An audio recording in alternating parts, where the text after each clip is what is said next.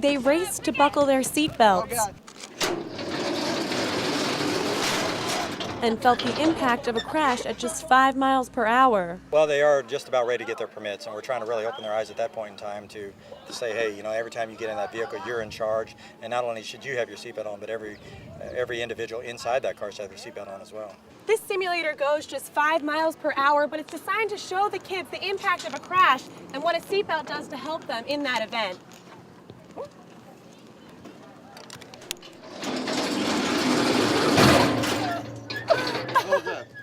It hurt a little bit.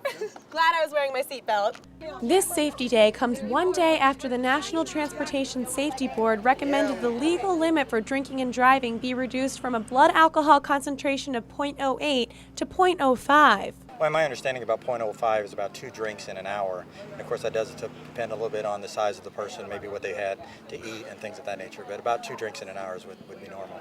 Sergeant Reinsch says that the problem with assigning a number to a limit is that everyone reacts differently to alcohol, and some may be under the legal limit but still impaired. From the very first drink on, as soon as alcohol starts to enter the system, the very first thing that it does affect before anything else is it affects their decision making, or in other words, it affects their judgment.